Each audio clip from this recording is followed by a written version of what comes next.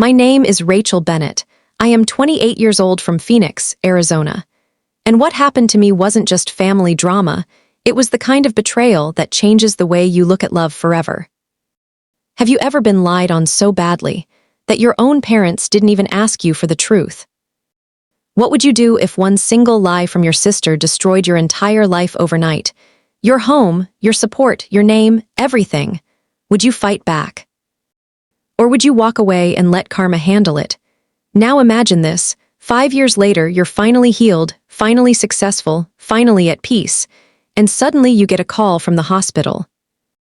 Your sister is in the ER, and the doctors say you're the only person who can save her. So tell me, would you help the person who ruined you? Let me tell you something.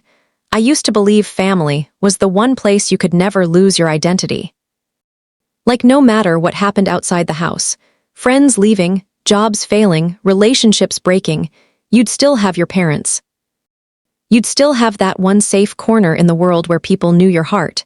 Yeah, I was naive. Because my sister, Olivia, didn't just lie on me, she rewrote who I was.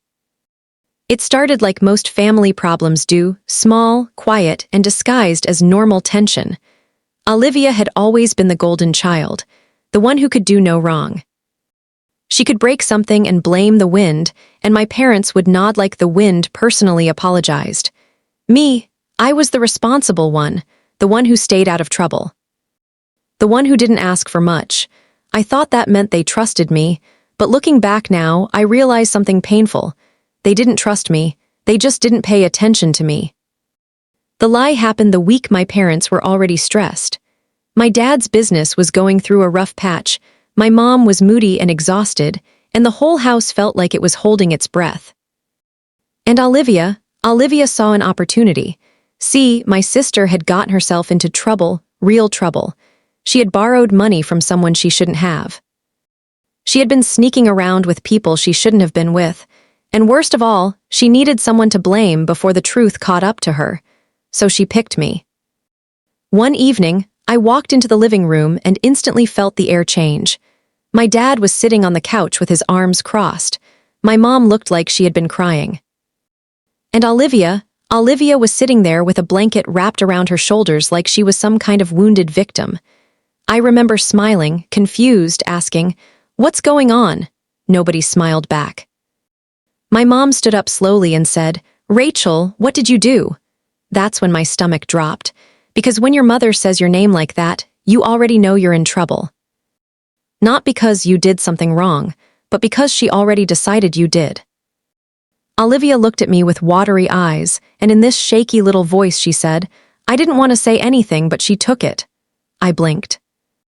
Took what? And Olivia, she paused like she was acting in a movie, like she was trying to win an Oscar. Then she said it. She stole my emergency money. And when I confronted her, she threatened me. I swear my brain stopped working for a second.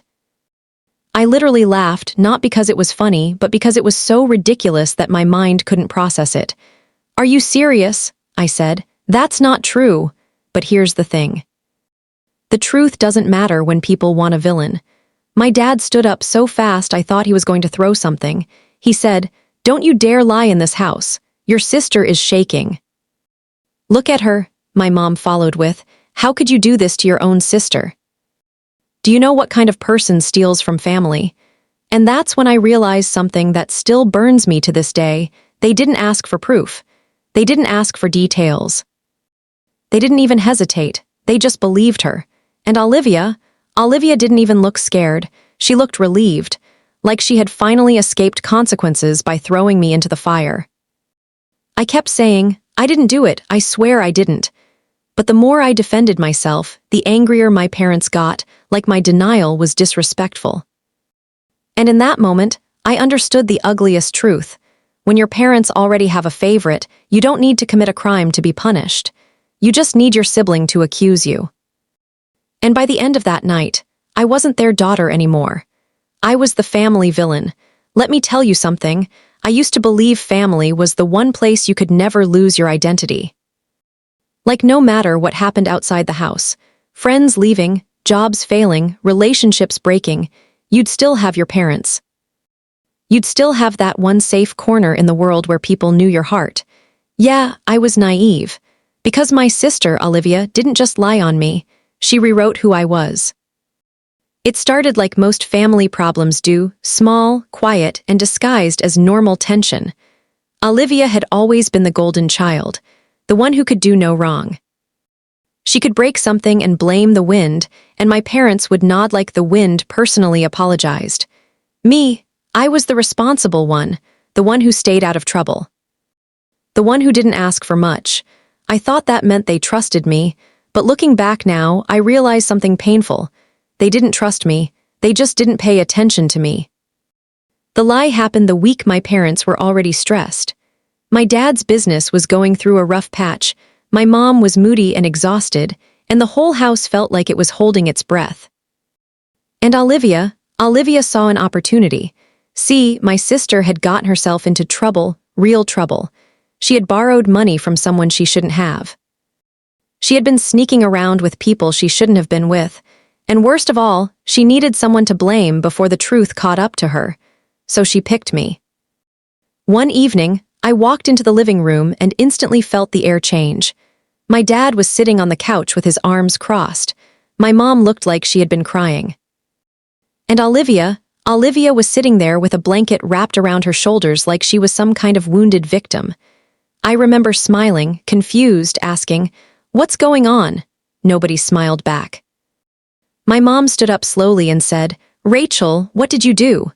That's when my stomach dropped, because when your mother says your name like that, you already know you're in trouble.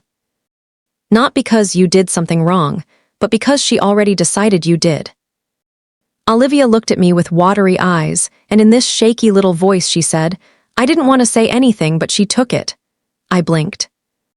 Took what? And Olivia, she paused, like she was acting in a movie, like she was trying to win an Oscar. Then she said it. She stole my emergency money. And when I confronted her, she threatened me. I swear my brain stopped working for a second. I literally laughed, not because it was funny, but because it was so ridiculous that my mind couldn't process it. Are you serious? I said. That's not true. But here's the thing. The truth doesn't matter when people want a villain. My dad stood up so fast I thought he was going to throw something. He said, "Don't you dare lie in this house. Your sister is shaking." "Look at her," my mom followed with. "How could you do this to your own sister? Do you know what kind of person steals from family?" And that's when I realized something that still burns me to this day. They didn't ask for proof. They didn't ask for details. They didn't even hesitate. They just believed her. And Olivia didn't even look scared. She looked relieved, like she had finally escaped consequences by throwing me into the fire. I kept saying, "I didn't do it, I swear I didn't." But the more I defended myself, the angrier my parents got, like my denial was disrespectful. And in that moment, I understood the ugliest truth. When your parents already have a favorite, you don't need to commit a crime to be punished. You just need your sibling to accuse you. And by the end of that night, I wasn't their daughter anymore. I was the family villain. You know what hurts more than being accused of something you didn't do?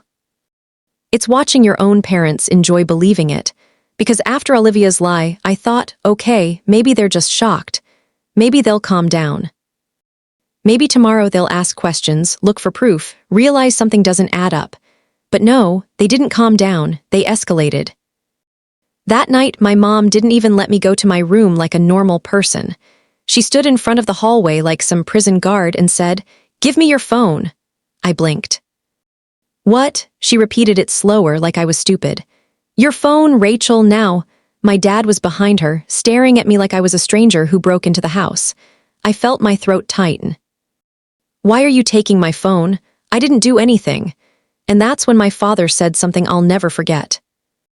"If you didn't do anything, you wouldn't be so defensive." Oh, so now defending yourself is proof of guilt. I handed my phone over because honestly, I didn't know what else to do. I was still in shock, still hoping this was some twisted misunderstanding that would fix itself if I stayed calm. But they didn't stop there. My dad walked straight to the kitchen drawer and pulled out a folder, my folder. The one with my college paperwork, my bank documents, my personal stuff. He tossed it on the table like he was throwing away trash. Then he said, "We're done supporting you." At first, I thought he meant emotionally, but no, he meant everything. My mom looked at me with cold eyes and said, "You're not getting another dollar from us, and don't you dare ask, you made your choice." I remember standing there thinking, what choice? I didn't even do anything, but they weren't listening. Olivia was sitting there the entire time, quiet as a mouse, wiping fake tears. And the thing is, she didn't even have to say another word. She already won, because my parents were doing exactly what she wanted them to do, punishing me without evidence. I tried to speak again, tried to explain. "Mom, please, you know me. You know I wouldn't steal." And my mom cut me off instantly. "Apparently, I don't know you at all." That sentence, that one sentence sliced through me deeper than anything else. Because if your own mother says she doesn't know you, then what are you? Who are you supposed to be? Then my father pointed toward the front door. And when I say pointed, I mean like I was a dog that peed on the carpet. He said, "Pack your things. You can go stay with a friend. We don't feel safe with you here." Safe, like I was dangerous. Like I was some criminal. I remember my whole body shaking. Not from fear, but from humiliation, from disbelief, from anger so strong I couldn't even cry. And Olivia, she looked up at me for a split second. And I swear, just for that one moment I saw it. A smirk. A tiny, satisfied smirk. Then she dropped her eyes again and pretended she was heartbroken. I went to my room and started packing, but my hands were shaking so badly I couldn't even fold my clothes properly. I kept expecting my mom to come in and say, "Okay, this is enough, we're sorry." But instead, she came in and stood there watching me like a supervisor. Not helping, not comforting, just watching. Like she wanted to make sure I didn't steal something on the way out. I grabbed a suitcase, my backpack, and whatever cash I had left. I walked back into the living room and looked at them one last time. I wanted them to stop me. I wanted them to say, "Rachel, don't go." But my father didn't even look at me. He said, "Don't come back until you're ready to admit what you did." And my mother added the final blow. "And don't embarrass us by telling people about this." Oh, so not only was I being kicked out, I was being silenced. They wanted me to suffer quietly so the family reputation stayed clean. I walked out the door with my suitcase dragging behind me, and when it shut, it didn't feel like a door closing. It felt like a coffin lid.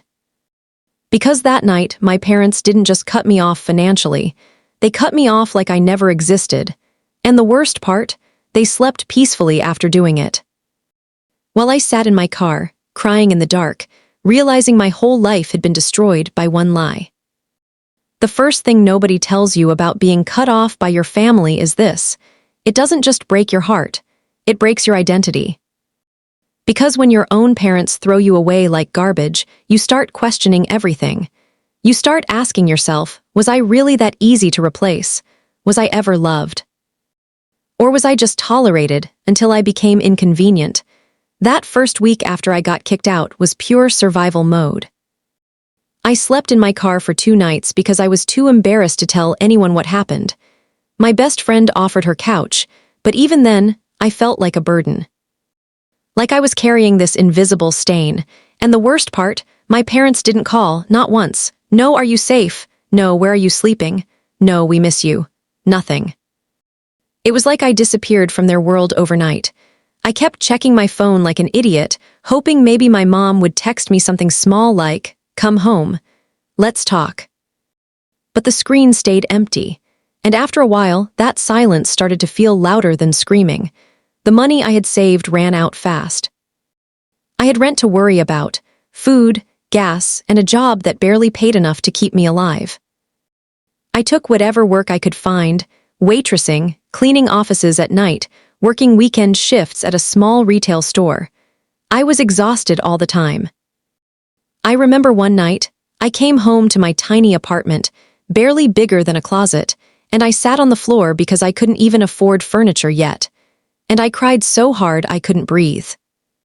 Not because of the job, not because of the bills, but because I realized something terrifying. Nobody was coming to save me. I was alone. And that's when something inside me snapped, not in a weak way, but in a dangerous way. Because I stopped crying like a victim, and I started thinking like a survivor. I told myself, Rachel, you have two choices. You can let this break you, or you can build a life so strong they'll regret ever doubting you. And I chose the second one. Slowly, I started stacking wins. Small wins at first. I started budgeting like my life depended on it, because it did. I saved every dollar I could. I stopped buying things that made me feel good for 5 minutes and started investing in things that would change my future. I signed up for online certifications at night after work. I studied while eating cheap ramen.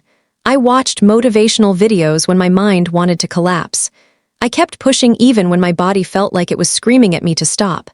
And the crazy part? The more I worked on myself, the more I realized something. My family didn't abandon me because I was weak. They abandoned me because I was the one they could afford to lose. Olivia was their precious golden child. She was the one they protected. I was the strong one, the responsible one, the one they assumed would be fine no matter what. So they sacrificed me to keep their favorite comfortable.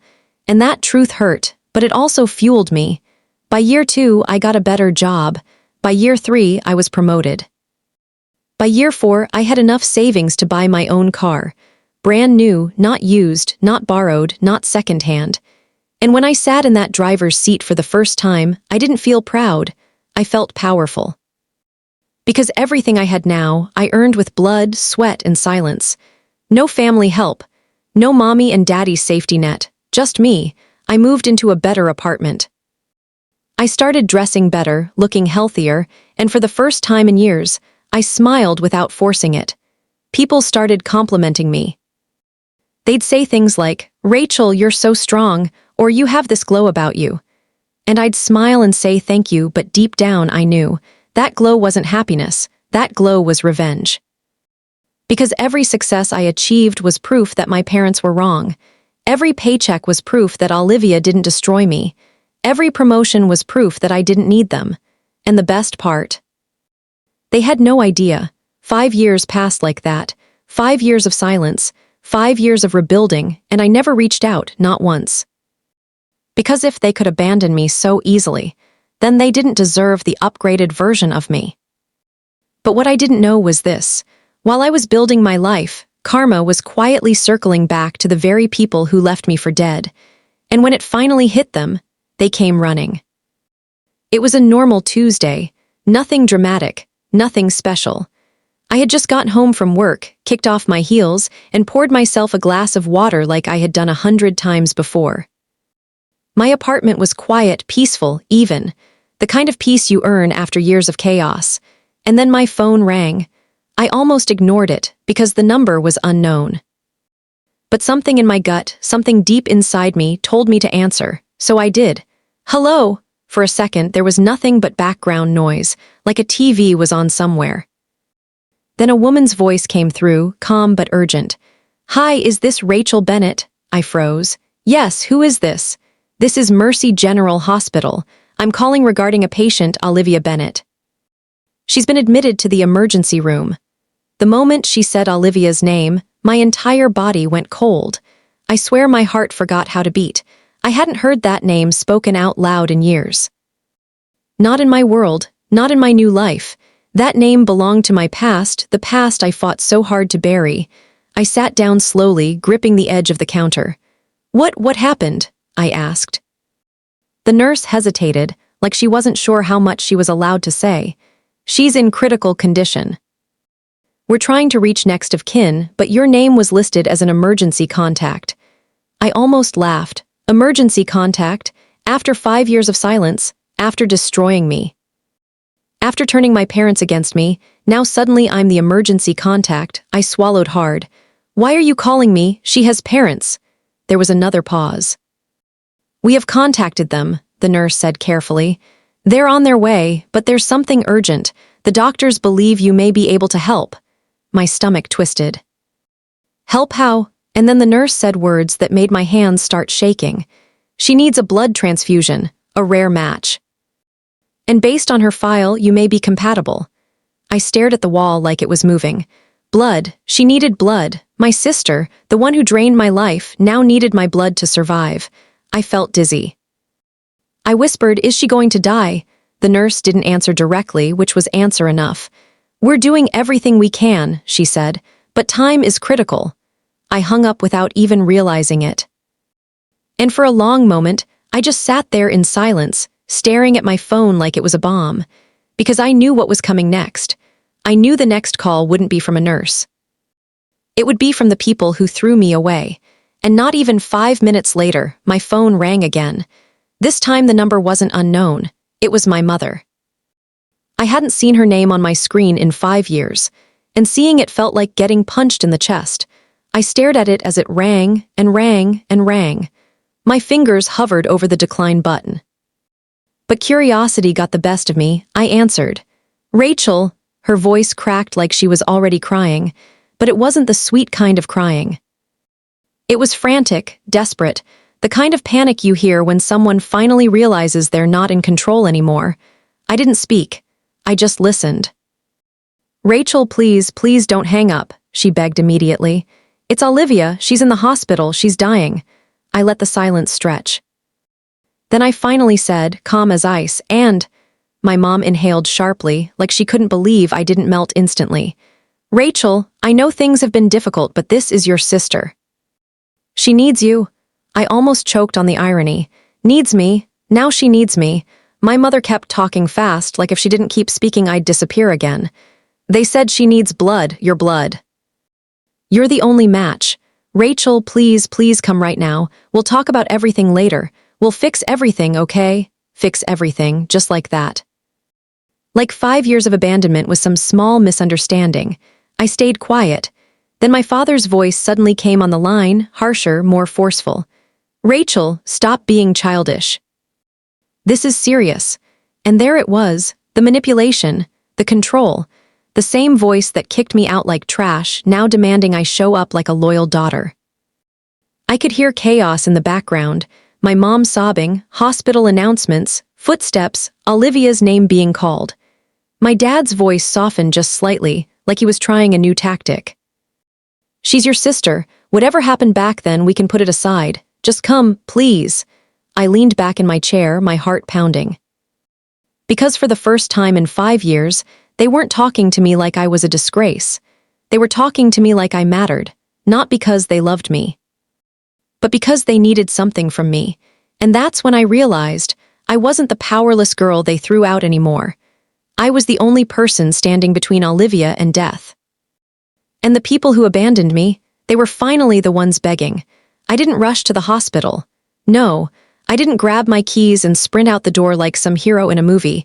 Instead, I sat there. Still, silent, because for the first time in my life I wasn't reacting, I was thinking. My mother's voice was still echoing in my head, "Please, Rachel, she's dying." And my father's voice too, "Stop being childish."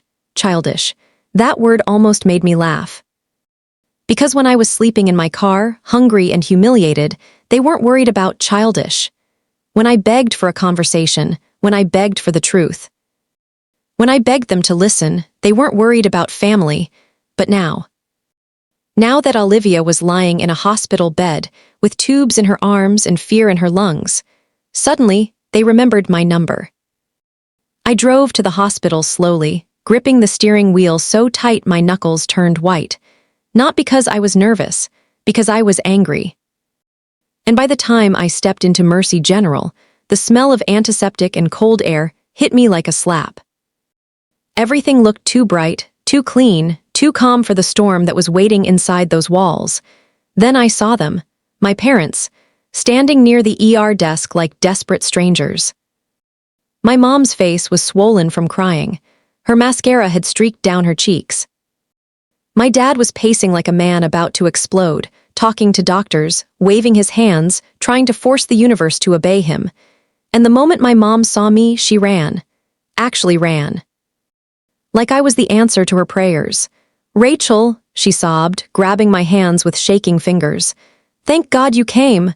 She looked at me like she hadn't abandoned me, like she hadn't erased me. Like 5 years hadn't passed. My father turned toward me, and for a second his face tightened, like he didn't know whether to be ashamed or angry that he had to see me again. But shame didn't last long, because desperation is stronger than pride. "Come with us," he ordered, already turning toward the hallway. Ordered, still trying to control me. Still acting like I was a child. I didn't move. I looked around slowly, letting the moment breathe, and I realized something almost poetic. 5 years ago, I stood in my childhood living room with a suitcase, shaking, begging them to believe me. Now they were standing in a hospital hallway, shaking, begging me to save the person who destroyed my life. Life has a funny way of balancing the scales. A doctor approached and spoke in a serious voice. "Rachel Bennett?" "Yes," I said. "We need to test you immediately. If you're a match, we may need you to donate within the hour." "She's losing blood fast." My mom's grip tightened on my hands. "Please, baby, please, I know you're angry, but this is your sister." I stared at her. Then I finally asked the question that had been rotting inside me for 5 years. "Why did you believe her?" The hallway went silent. My mom blinked rapidly, confused. "Rachel, this isn't the time." "No," I cut her off. My voice wasn't loud, but it was sharp enough to slice glass. "This is the perfect time. Because you're asking me to save her life, but you never cared when she destroyed mine." My dad stepped forward. "Rachel, stop. We'll talk about that later." I laughed once, dry and bitter. "You said that 5 years ago, too." My mom's lips trembled. "We thought you took her money." I shook my head slowly. "Not money," I said. "That wasn't the real lie." Her face changed. My father froze, and I knew right then I had hit the nerve, because the truth was uglier than theft. I stepped closer, lowering my voice. "The money story was just the cover." "Right," my mom looked away, and I swear I saw guilt crawl across her face like a shadow. And that's when my father finally snapped. "She was pregnant," he hissed. "Okay, Olivia was pregnant. And she said you threatened her. She said you forced her to get rid of it. She said you told her you'd ruin her life if she kept it." My chest went tight. The world around me blurred for a second. So that was it. That was the real lie. My sister told them I forced her into an abortion, that I threatened her, that I was some kind of monster, and they believed it. My mom started crying harder. "She said she was terrified of you, Rachel. She said you hated her." I stared at them both, stunned. Not because of Olivia, because of them, because my parents believed I was capable of that. They believed I could be that evil, and they never even asked me. I nodded slowly, letting the pain settle into something colder, something sharper, something permanent. Then I looked them dead in the eyes and said the most savage truth I'd ever spoken out loud. "So you didn't cut me off because you thought I stole money." I leaned in. "You cut me off because you wanted to believe I was the villain, because it was easier than admitting your precious Olivia was the one destroying her own life." My father's jaw tightened. My mother whispered, "Rachel, please," and I held her gaze, calm and deadly. "You're asking me to save her with my blood," I said. "But you were perfectly fine watching me bleed alone for 5 years. Silence, pure silence. The doctor cleared his throat awkwardly. "Miss Bennett, are you willing to proceed with the testing?" I looked past them, toward the ER doors where Olivia was fighting for her life. Then I looked back at my parents. And in that moment, I realized I had something they never expected me to have. Control, power, the ability to decide who lives and who suffers. And I smiled, not because I was happy, but because karma had finally put the decision in my hands. And I said, "I'll get tested." My mother exhaled like she could breathe again. But then I added, slowly, "After you tell me the full truth about what Olivia really did and how long you've been covering for her." And the look on their faces told me everything. Because Olivia's lie wasn't the only secret in this family. It was just the beginning. Before you judge what I did next, I want you to answer one question honestly. What would you have done if your own family destroyed your life and then came begging when they needed you most? Drop your thoughts in the comments, because I promise you, the next part is where everything flips. And if you're enjoying this story, make sure to like this video, subscribe, and turn on the notification bell. Because the ending is so shocking, you're going to want to see what happens when my sister finally wakes up and realizes the person she betrayed is now the one holding her life in their hands. Trust me, you don't want to miss what happens next. Fire,